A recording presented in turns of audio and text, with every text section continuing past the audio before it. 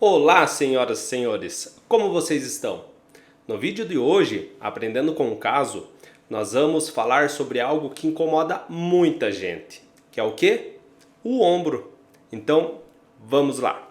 Antes de iniciar com a discussão do caso, eu peço gentilmente que vocês curtam o vídeo, se inscrevam no canal e compartilhem com os seus amigos. Esses vídeos são casos reais, onde eu mostro qual é a linha de raciocínio que eu adoto durante o tratamento e qual é o possível tratamento para esses casos. Isso pode ser um caso seu, um caso de um parente ou um caso de um amigo.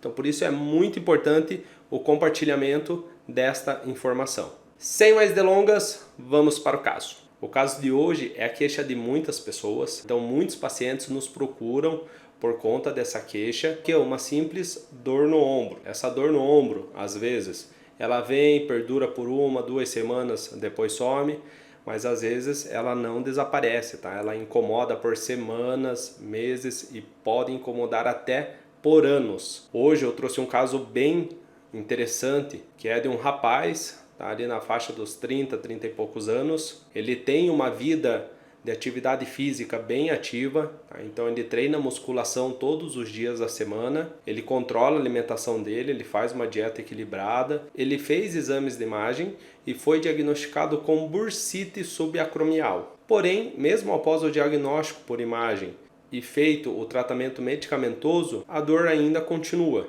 Esse paciente não se atentou para uma coisa que é muito importante e é isso que eu quero discutir com vocês hoje. Antes de iniciar com a discussão desse caso, nós precisamos entender um pouco como que funciona o ombro, como que funciona essa articulação.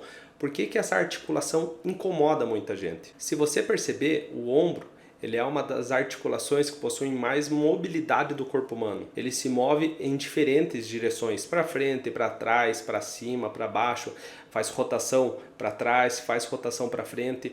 Então ele é uma articulação bem móvel. Por conta disso, o desenho dessa articulação, a anatomia dessa articulação, ela é um pouco diferenciada. Suponhamos que essa mão seja a glenoide, tá? Que é o encaixe do húmero, que é esse osso nosso aqui do braço. Então a glenoide está aqui, o húmero vem, encaixa, tá, na glenoide, e esse encaixe, ele não é, vamos supor, parecido com o do quadril. Do quadril aqui, o encaixe do acetábulo com o fêmur, ele faz isso aqui, ó, o acetábulo, ele recobre o fêmur. Então ele prende a articulação do quadril. Tanto é que você vê, com o quadril, você não consegue fazer os mesmos movimentos que você faz no ombro. A glenoide, a articulação do ombro, ela é como? Ela é mais rasa. Por causa disso que a gente consegue movimentar para cima, para baixo, fazer rotação, enfim, fazer todos esses movimentos que são possíveis com o ombro. Só que por conta dessa articulação ser desse jeito, os nossos músculos, eles têm um papel um pouco diferenciado no ombro. Então nós temos uma musculatura que é muito importante, que faz a estabilização do húmero no encaixe da glenoide, que é a musculatura do manguito rotador. Não sei se você já ouviu falar nessa musculatura ou não, mas aí era o grande problema desse paciente que nós estamos discutindo hoje. Vamos lá, eu vou explicar. Quando esse paciente treinava ombro, ele não fazia o manguito rotador, ele fortalecia somente o deltoide. O deltoide, para quem não conhece, é um músculo que sai aqui da nossa clavícula, passa pelo acrômio, sai lá também um pouco da espinha da escápula e se insere no húmero. Então suponhamos que essa aqui é a articulação do ombro, tá? O deltoide ele vai vir aqui por cima e vai se inserir nessa região do húmero. Pensando na biomecânica desse músculo, o que que ele faz? Quando ele se contrai, ele faz isso aqui, ó. Ele puxa o húmero para cima. E o que que acontece na nossa articulação? Além do húmero fazer todos esses movimentos que ele faz, abre, fecha para frente, para trás, rotaciona e tudo mais, ele também faz alguns movimentos dentro da própria articulação, tá? Então aqui, ó, no encaixe do húmero, ele vai um pouco para cima, ele vai um pouco para baixo, ele vai um pouco para frente e ele vai um pouco para trás. Óbvio que os movimentos não são tão grandes igual eu estou mostrando aqui, tá? Mas assim, ele faz esses movimentos. E o deltoide faz o quê? como o deltoide traciona o húmero para cima, o húmero pode acabar impactando as regiões que estão acima da glenoide. E qual região que está acima da glenoide? A bursa subacromial. Então, quando esse deltoide está muito forte tracionando o húmero para cima, é muito comum que o húmero comece a impactar essa bursa subacromial, gerando uma inflamação nessa região. Tá, mas então com essa informação, você pode estar pensando, pô, então é errado treinar o deltoide? Claro que não. Tá? O que nós só temos que fazer? Nós temos que treinar a musculatura que fixe o húmero na glenoide, que não deixe ele ir junto quando o deltoide faz a contração. E qual musculatura que é essa que segura o húmero na região, na articulação certinha? É a musculatura do manguito rotador. A musculatura do manguito rotador, ela vem da região da escápula e se insere no húmero, tá? Então ela faz uma tração no húmero para dentro da glenoide. Se essa musculatura estiver bem forte, ela não vai deixar que o húmero tenha tanto movimento intraarticular, porque ela vai estabilizar bem esse húmero. E no caso desse paciente, ele não fazia o fortalecimento no manguito rotador, ele só fortalecia o deltoide.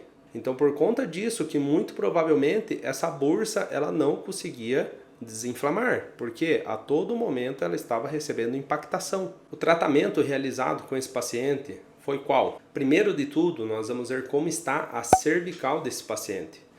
Por quê? Porque toda a musculatura do ombro é inervada pela região do pescoço, tá? Pela região cervical.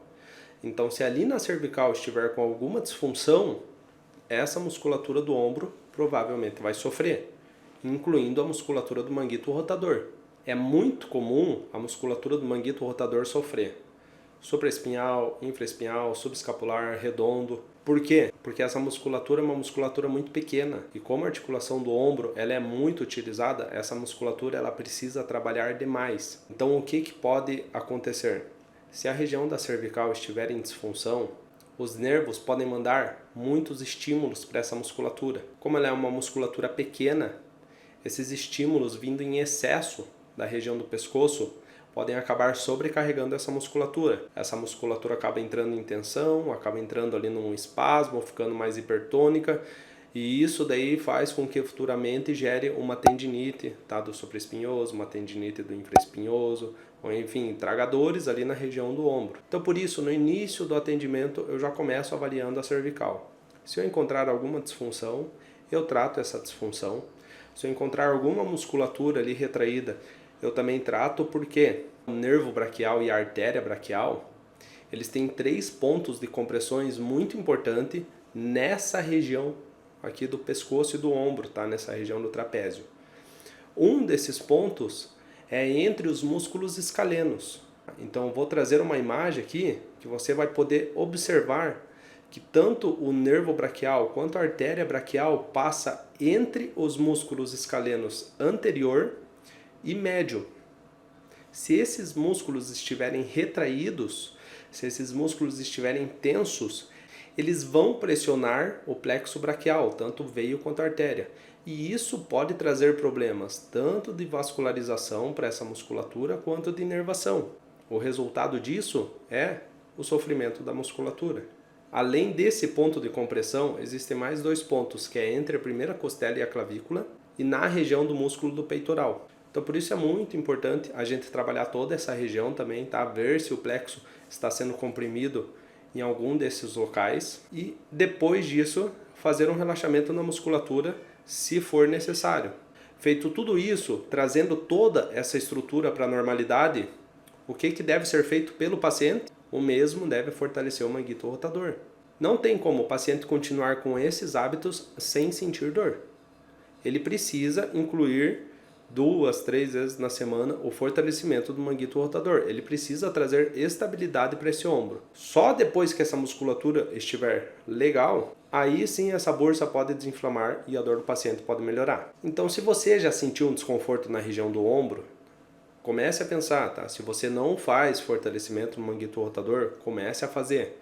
Além dos próprios exercícios de ombro, o manguito rotador ele é muito necessário para o fortalecimento de peitoral. Já atendi vários casos de pessoas que sentem dor no ombro quando vão treinar a musculatura do peitoral. Por quê? Porque o manguito rotador não está forte o suficiente. Então, finalizando, tá? Esse foi o Aprendendo com o Caso dessa semana. Um caso muito interessante, tá? Que é a causa de dor de muita gente. E por isso eu convido a vocês, mais uma vez, a compartilhar esse vídeo, tá? Com, enfim, pessoas que você acha que é importante saber dessa informação para prevenir lesões lá na frente ou até buscar o tratamento, né, para essa lesão. É óbvio que em todas as ocasiões eu recomendo a busca por um profissional de saúde, mas eu espero que com esse vídeo você pelo menos já tenha um norte do que deva ser feito. Então, se você ainda não curtiu o vídeo, tá? Curta, compartilhe e se inscreva no canal. Na semana que vem nós teremos mais um Aprendendo com o Caso para discussão. Valeu!